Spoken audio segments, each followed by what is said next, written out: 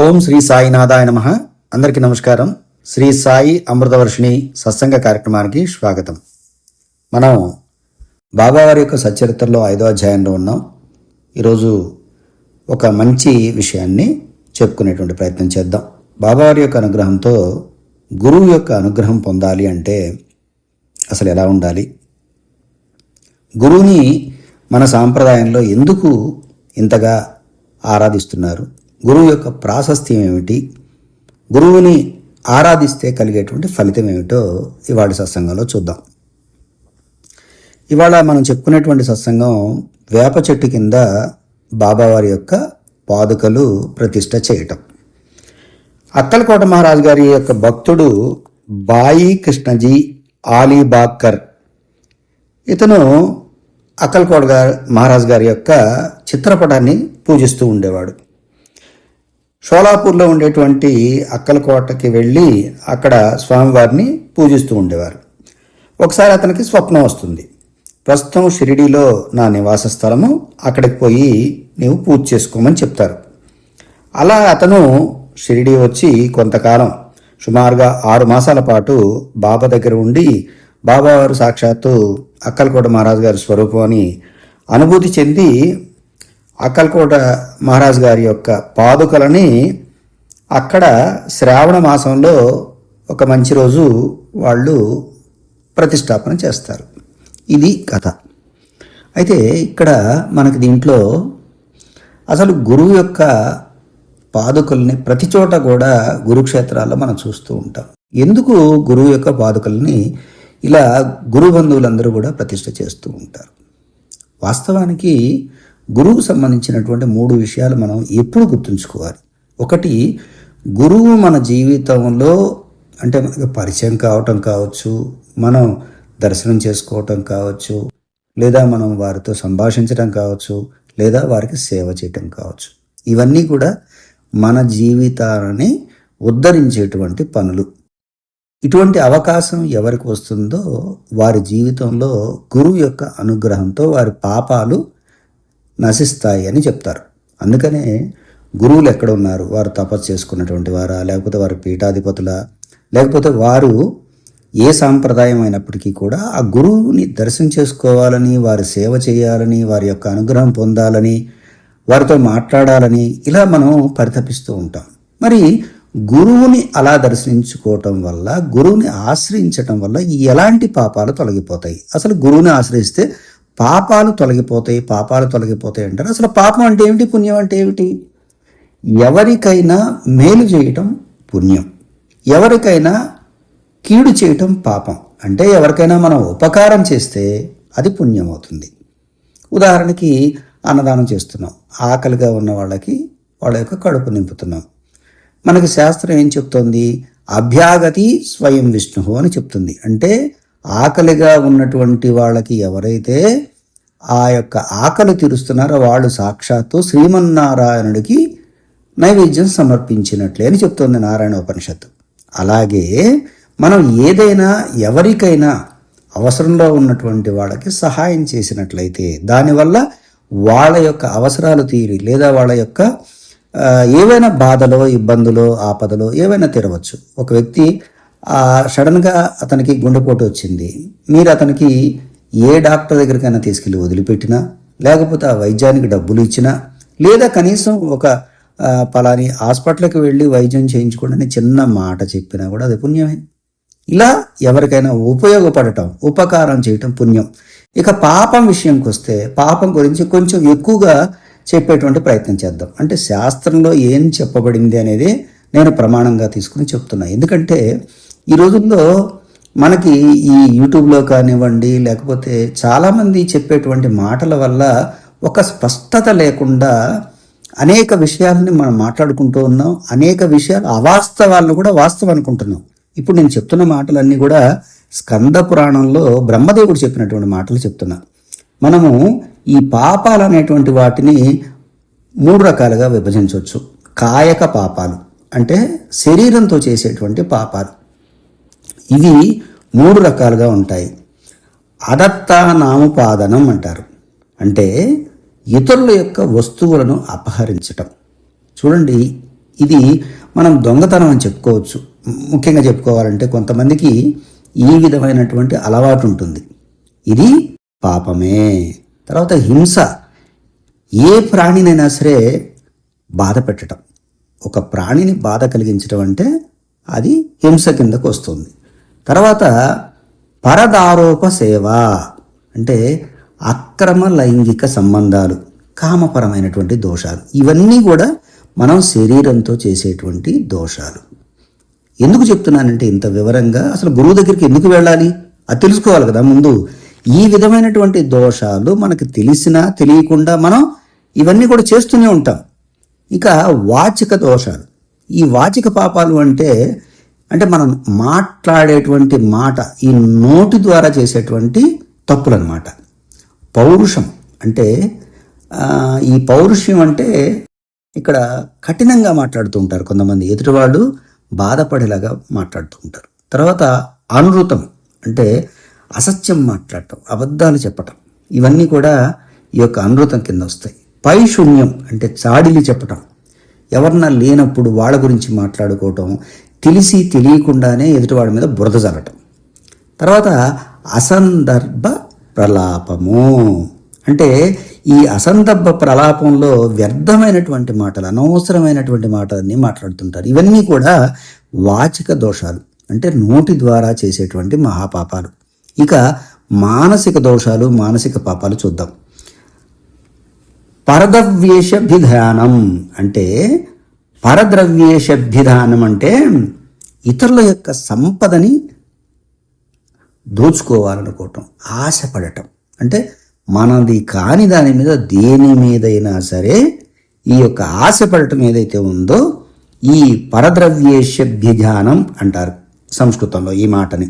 అంటే ఇతరుల యొక్క సంపద మీద ఆశపడటం.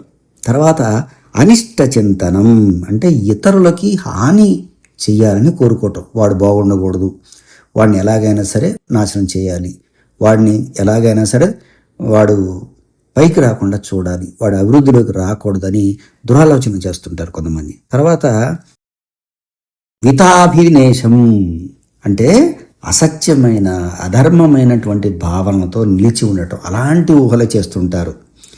ఈ వినేశం అంటే ఇక వాళ్ళు ఎంతసేపటికి కూడా వాళ్ళ ఆలోచనలన్నీ కూడా అధర్మంగా ఉంటాయి. ఆ యొక్క ఆలోచనల వల్ల వాళ్ళు ఏవేవో ఊహల్లో ఊహించుకొని అసత్యాలు మాట్లాడుతూ అనేకమైనటువంటి అధర్మమైనటువంటి కృత్యాలు చేస్తూ ఉంటారు. ఇవి ముఖ్యమైనటువంటి పాపాలు. వీటితో పాటు ఏం చెప్తున్నాడంటే బ్రహ్మదేవుడు, ఇలా చేసే వాళ్ళతో సాంగత్యం చేసినా, ఇలా చేసే వాళ్ళతో తిరిగినా దురలవాట్లు వస్తాయి, దుర్వ్యసనాలు వస్తాయి. వీళ్ళ వల్ల మనం కూడా ఆ పాపంలో భాగస్వామిగా అవుతాం. ఇప్పుడు ప్రస్తుతం వీటిల్లో నుంచి మనం ఎక్కడ తప్పించుకుంటాం చెప్పండి? ఇట్లాంటి సాంగత్యమే ఉంటుంది కదా మన చుట్టూ. మరి ఇంత ఘోరమైనటువంటి పాపాలు జరుగుతున్నప్పుడు, ఈ పాపాలతో మనం తిరుగుతున్నప్పుడు వీటికి నివారణ ఏమిటి అంటే ఒక్క గురువు యొక్క చరణాలను ఆశ్రయించటమే. ఇలా గురువు యొక్క చరణాలను ఆశ్రయించటం తప్ప మిగతాదేది లేదు. అందుకనే పూర్వం రోజుల నుంచి కూడా ఈ పురాణ ఇతిహాసాల ద్వారా తెలుసుకున్నటువంటి ఇటువంటి మంచి విషయాలు ఎవరు చెప్తారు మనకి? గురువులైనటువంటి వాళ్ళు చెప్తారు. ఈ గురువులు, నాయన మీరు ఈ పాపాలు చేస్తున్నారు, ప్రతిరోజు కూడా ఈ విధంగా మీరు 3 రకాలుగా పాపం చేస్తున్నారు. శరీరం ద్వారా చేస్తున్నారు, అట్లాగే నోటి ద్వారా చేస్తున్నారు, మానసికంగా అంటే ఈ మనోవాక కర్మలు అంటే ఈ మనస్సుతో వాక్కుతో కర్మలు చేసేదాంతో, ఇలా మనోవాక్కాయ కర్మలలో ఏ విధంగా పాపం చేసినా పాపమే కదా. పుణ్యానికి ఎలా ఒక అకౌంట్ ఉంటుందో అలాగే పాపానికి కూడా అలా అకౌంట్ ఉంటుంది. ఇప్పుడు మనం ఉన్నటువంటి సమాజంలో మనం ఎక్కువగా పాపాలే చేస్తున్నాం, పాపాత్ములతోనే తిరుగుతున్నాం. మరి దీనికి మార్గం ఏమిటి? సరే, మనం తెలిసి చేయొచ్చు, తెలియక చేయొచ్చు, కొన్ని సందర్భాలను బట్టి చేయొచ్చు, అవసరాలను బట్టి చేయొచ్చు, తప్పనిసరి పరిస్థితులు చేయొచ్చు. ఏది చేసినా పాపం పాపమే కదా. మరి అలాంటి మనల్ని రక్షించేది ఎవరు అంటే గురువు. అందుకనే ఆ గురువు దగ్గరికి వెళ్ళి గురువు యొక్క చరణాలని పట్టుకోవాలి. అంటే కాళ్ళు పట్టుకుని లాగటం అని కాదు.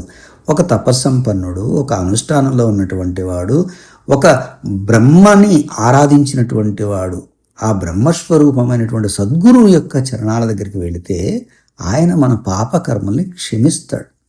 ఆయన కర్మని క్షయించేస్తాడు. ఎలా? వారి యొక్క బోధనల ద్వారా, వారి యొక్క జీవన మార్గంలో మనం అనుసరించడం ద్వారా మనం ఆ కర్మ నుండి విముక్తులమవుతాము.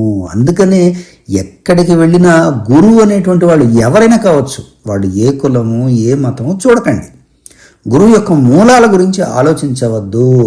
గురువు దగ్గరికి వెళ్ళినప్పుడు ఆ గురువు యొక్క బోధన వినండి, ఆ గురువు యొక్క చరిత్రను చదవండి, ఆ గురువు చెప్పినటువంటి సిద్ధాంతాలని అనుసరించండి. ఇప్పుడు మనం బాబా గారి దగ్గరికి వెళ్ళాం. మనం బాబా గారి దగ్గరికి వెళ్ళినప్పుడు బాబా గారు ఎలా వచ్చారు? ఈ అక్కల్కోట మహారాజు గారి యొక్క ఆరాధకులు, ఆ శిష్యులు, ఆ సాంప్రదాయం వారు బాబా దగ్గరికి వచ్చారు కదా. వచ్చి 6 నెలలు ఉన్న తర్వాత ఆ కృష్ణాజీ అనేటువంటి అతనికి వీరు సాక్షాత్తు అక్కల్కోట మహారాజు అనేటువంటి అనుభవం కలిగింది. ఈ అక్కల్కోట మహారాజు ఎవరు? మనం ఈ షోలాపూర్ జిల్లాలో ఆయన్ని స్వామి సమర్థ అని కూడా పిలుస్తారు. దత్తాత్రేయుని యొక్క అవతారం. ఆయన 300 సంవత్సరాల పైగా తపస్సు చేశారని చెప్తారు.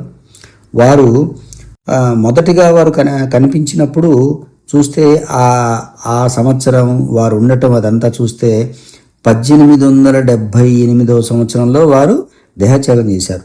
సుమారుగా 1758 సంవత్సరంలో వారు దర్శనమిచ్చారు. ఆయన హిమాలయాల నుంచి పర్యటన చేసుకుంటూ వచ్చి అక్కల్కోటలో ఆగారు. ఆ అక్కల్కోట ప్రాంతం రాజు ఎవరైతే ఉన్నారో ఆయన మాలోజీ రాజా భోస్లే అనే ఆయన శ్రీగురుని యొక్క భక్తులు. అంటే దత్తాత్రేయుని యొక్క 2వ అవతారం శ్రీనరసింహ సరస్వతి, వారిని శ్రీగురుడు అంటారు. ఆయన గాన్గాపూర్ వెళుతూ ఉండేవారు. ఆయన గాన్గాపూర్ వెళ్ళినప్పుడు అక్కడ దర్శనం చేసుకోవడానికి వెళ్ళినప్పుడు వారికి ఒక దివ్యమైనటువంటి స్వప్నం వచ్చింది. ఇప్పుడు మీరు ఇక్కడికి గాన్గాపూర్ రావక్కర్లేదు, నేను అక్కల్కోటలో ఉన్నాను అని చెప్పారు. అప్పుడు ఆ మహారాజు వచ్చి స్వామి సమర్థ దగ్గరికి వచ్చారు. ఈయన చూడటానికి ఎప్పుడు ఎలా ఉంటారో తెలియదు, ఆజానుబాహుడు ఆయన. అటువంటి ఆయన స్వరూపం ఆయన చూసి, ఆయన కళ్ళల్లో కళ్ళు పెట్టి చూసి మాట్లాడాలంటే కూడా మాట్లాడలేనటువంటి పరిస్థితి. దివ్యమైనటువంటి తేజస్తో ఉండేవారు. కాసేపు ప్రసన్నంగా ఉండేవారు, ప్రేమతో ఉండేవారు, ఒక్కొక్కప్పుడు కోపంగా ఉండేవారు. అంటే బాలోన్మత్త పిచాచ స్థితి అంటారు. అంటే దత్తుడుకున్నటువంటి ఆ స్థితి. అలా ఆయన బాలుడుగా ఉంటాడు, ఉన్మత్తుడుగా ఉంటాడు, పిచాచ స్థితిలో కూడా ఉంటాడు. అలాంటి చేష్టలన్నీ కూడా మనం ఈ యొక్క అక్కల్కోట మహారాజు వద్ద చూడొచ్చు. ఆ అక్కల్కోట మహారాజు గారి శిష్యులందరూ కూడా వారి దగ్గరికి వెళ్ళిన తర్వాత వాళ్ళ మనోవాంఛలన్నీ కూడా తీరాయి. ఆ మహానుభావుడు వచ్చినటువంటి భక్తులందరినీ కూడా అనుగ్రహించారు. మహారాష్ట్ర ప్రాంతంలో గురు సాంప్రదాయానికి చాలా విలువిచ్చేవారు. అందుకనే ప్రతి కుటుంబం కూడా ఏదో ఒక గురువుకి అనుసంధానమై ఉండేవాళ్ళు. అలా మహారాష్ట్ర ప్రాంతంలో ఈ షోలాపూర్ జిల్లాలో చాలామంది, అంటే దాదాపుగా ఎంతో దూరం నుంచి కూడా స్వామి దగ్గరికి వస్తుండేవారు. ఇలా ఆ యొక్క అక్కల్కోట మహారాజు గారి ప్రభావం ఆ ప్రాంతంలో వైభవంగా ఉండేది ఆ రోజుల్లో. అలాంటిది వాళ్ళ యొక్క ఈ భక్తులు ఉన్నారు కదా, వాళ్ళ వంశ పరంపర ఉంటుంది కదా. మా నాన్నగారు అక్కల్కోట మహారాజు గారి దగ్గరికి వెళ్ళేవారు అని వారి యొక్క ఫోటో పెట్టుకొని ఇంటూ ఆరాధిస్తూ ఉంటారు కదా. అలా ఆరాధనలో భాగంగా అక్కల్కోట మహారాజు గారి యొక్క భక్తులందరూ కూడా తరువాత ఈ పాదుకా వృత్తాంతం తర్వాత, అంటే అక్కల్కోట మహారాజు గారి భక్తులందరూ కూడా షిరిడి రావటం ప్రారంభించారు. అంటే ఇప్పుడు బాబావారు దత్తాత్రేయుని యొక్క అవతారము అని చెప్పేటువంటి ఘట్టం ఇది. ఏదో సామాన్యంగా మనం ఏదో చదువుకుంటూ వెళ్ళిపోవటం కాకుండా ఈ 5వ అధ్యాయంలో ఈ వేప చెట్టు కింద పాదుకలు ప్రతిష్ఠించారు అనేటువంటి మాట ఎందుకు చెప్పారు అంటే ఇది ఒక సాంప్రదాయానికి సంబంధించింది, దత్తాత్రేయుని యొక్క అవతార పరంపరకు సంబంధించింది. ఆ భక్తులు ఆ విధంగా బాబావారిని దగ్గర ఉండి ఆ కృష్ణాజీ అనుభూతి చెందాడు. 6 మాసాలు ఉన్నాడు, 1 రోజు కాదు 2 రోజులు కాదు. అలా ఉన్న తరువాత అక్కడ ఆయన ఈ పాదుకలు ప్రతిష్ఠ చేయడం జరిగింది. ఈ యొక్క విషయం అంతా కూడా అందరికీ తెలిసింది. ఆ రోజుల్లో అక్కడ ఉండేటువంటి ఉపాసనీ బాబా గారు అక్కడ ఖండోబా దేవాలయంలో ఉంటూ ఉండేవారు. ఆ ఖండోబా దేవాలయంలో ఉంటున్నప్పుడు మరి ఇలా బాబావారి యొక్క పాదుకలు ప్రతిష్ఠించాలని అనుకుంటున్నామని చెప్పేసి వాళ్ళంతా అనుకున్నారు. అప్పుడు అనుకున్నప్పుడు అక్కడ ఉన్నటువంటి కొంతమంది భక్తులు ఈ టానా నివాసి అయినటువంటి బీవీ దేవ్ గారు కూడా బాబావారికి మంచి భక్తుడు కదా. ఇతను మామూలుతాదారుగా చేసి రిటైర్ అయ్యాడనమాట. ఆయన ఈ వివరాలన్నిటి గురించి చెప్పారు. అంటే కొన్ని లీలలు ఈ అన్నాసాహెబ్ దాబోల్కర్ ఏంటంటే కొంతమంది ద్వారా సేకరించారనమాట. ఇప్పుడు ఈ పాదుకల లీల అనేది ఈయనకి ఈ బీవీ దేవ్ గారు చెప్పారు. ఈయన రెవెన్యూ డిపార్ట్మెంట్లో మామూలుతాదారుగా పనిచేసి రిటైర్ అయ్యారు. బాబాకు సంబంధించిన లీలలు అనేక లీలలకి ఈయన ప్రత్యక్ష సాక్షి అనమాట. ఈ వేప చెట్టు కింద పాదుకలు జరిగినప్పుడు ఆయన ఉన్నారనమాట. అందుకని ఆయన ఈ వివరాలన్నీ చెప్పడం జరిగింది. ఇది పూర్తిగా సాయిలీలా మాసపత్రికలో అప్పట్లో ఈ అప్పుడు వచ్చినటువంటి 1926 సంవత్సరంలో వచ్చినటువంటి మొదటి సంచిక ఏదైతే ఉందో ఆ సంచికలో ఇది ప్రచురించడం కూడా జరిగిందట. ఇలా బాబా గారి యొక్క లీలలన్నీ కూడా ఈ యథార్థమైనటువంటి సంఘటనలు, బాబా గారి యొక్క అద్భుతమైనటువంటి విశేషాలన్నీ కూడా సాయిలీలా మాసపత్రిక ద్వారా అనేక మంది భక్తులకు తెలిసాయి. ఇది 1912 సంవత్సరంలో జరిగిందట. డాక్టర్ రామారావు అనే అతను వచ్చాడు, ఆయన షిరిడి వచ్చాడు. ఆయనతో పాటుగా ఆయన కంపౌండర్ అయినటువంటి వ్యక్తి కూడా వచ్చాడు. అతనికి ఈ కృష్ణాజీ మిత్రుడు అనమాట. వీళ్ళిద్దరూ కూడా ఈ సగుణమేరు నాయక్ అనేటువంటి అతనికి, జీకే దీక్షిత్ అనేటువంటి స్నేహితులయ్యారు. వీళ్ళిద్దరూ కూడా మాట్లాడుకున్నారు. ఈ వేప చెట్టు కింద ఇలా మనం ఒక పాదుకలు అనేవి ఏర్పాటు చేద్దాం అనుకుంటే అప్పుడు ఈ డాక్టర్ గారు ఈ కొటారేకి చెప్తే ఆయన పాదుకలు చెక్కించాడు. చెక్కిస్తే ఈ బాయి కృష్ణజీ మిత్రుడైనటువంటి కాంపౌండర్ కూడా దాన్ని బాగుంది మీ ఆలోచన అని చెప్పేసి వీళ్ళందరూ కూడా కలిసి దాన్ని ఒక నమూనా లాగా చేసుకొని పాదుకలు చెక్కించారు. చెక్కించి వెళ్ళి ఉపాసనీ మహారాజుకి చూపించారు. ఆయన దాంట్లో కొన్ని మార్పులు చేశారు. దాంట్లో పద్మము, చక్రము, అలాగే శంఖము అవన్నీ కూడా చేర్చి బాబాగారి యోగ శక్తి, బాబాగారు ఆ వేప చెట్టు కింద ఉండేటట్టుగా ఒక శ్లోకాన్ని కూడా రాశారు. సదా నింబవృక్షస్య మూలాదివాసాస్ సుధా శ్రావిణం తిక్తమశ్య ప్రియంతం తరుం కల్ప వృక్షాధికం సాధయంతం నామామేశ్వరం సద్గురుం సాయినాథం అని ఒక శ్లోకాన్ని కూడా ఉపాసనీ మహారాజు ఈ పాదుకల నిమిత్తం రాశారు ఆయన. ఇలా ఈ పాదుకలన్నీ కూడా తయారు చేయించి బొంబాయిలో తయారు చేయించి పంపించారు. ఇది శ్రావణ పౌర్ణమి రోజు ఉదయం 11 గంటల మధ్యలో ఈ జీకే దీక్షిత్ అది శిరస్సు మీద పెట్టుకొని వెళ్ళి ఒక ఉత్సవంలాగా బాబా దగ్గర తీసుకెళ్తే బాబా గారు కూడా వాటిని స్పృశించి ఇవి భగవంతుని పాదుకలు, ఈ వేప చెట్టు కింద ప్రతిష్ఠించమని బాబావారు చెప్పారు. అంటే బాబావారు ఇవి నా పాదుకలని చెప్పలా, అవి సాక్షాత్తు భగవంతుని పాదుకలు అని చెప్పారు. ఎవరా భగవంతుడు? అక్కల్కోట మహారాజు గారు దత్తాత్రేయుని యొక్క అవతారము. కాబట్టి ఇప్పుడు దత్తాత్రేయుని మనం అందరం కూడా భగవంతుడిగా ఆరాధిస్తున్నామా లేదా అంటే గురువే సకల దేవత స్వరూపులు, గురువు వేరు కాదు, భగవంతుడు వేరు కాదు. ఇలా ఆ రోజు ఆ యొక్క ప్రతిష్టాపన జరగటానికి బాబావారి యొక్క ఆశీర్వాదం జరిగింది. ఆ కార్యక్రమం జరగడానికి ముందు రోజే ఒక పార్సీ భక్తుడు 25 రూపాయలు మనీ ఆర్డర్ పంపించారట.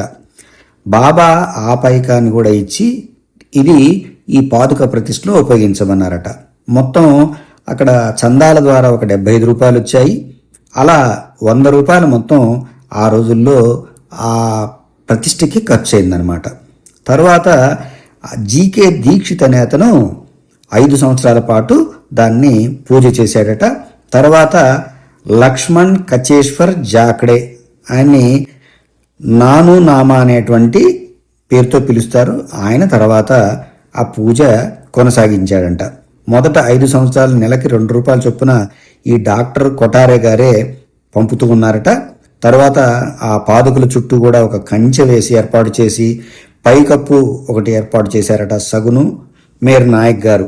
ఇలా ఆ పాదుకలు అనేటువంటివి సాక్షాత్తు భగవంతుని యొక్క పాదుకలుగా భావిస్తూ ప్రతిరోజు పూజ నైవేద్యం చేస్తూ ఉన్నారు.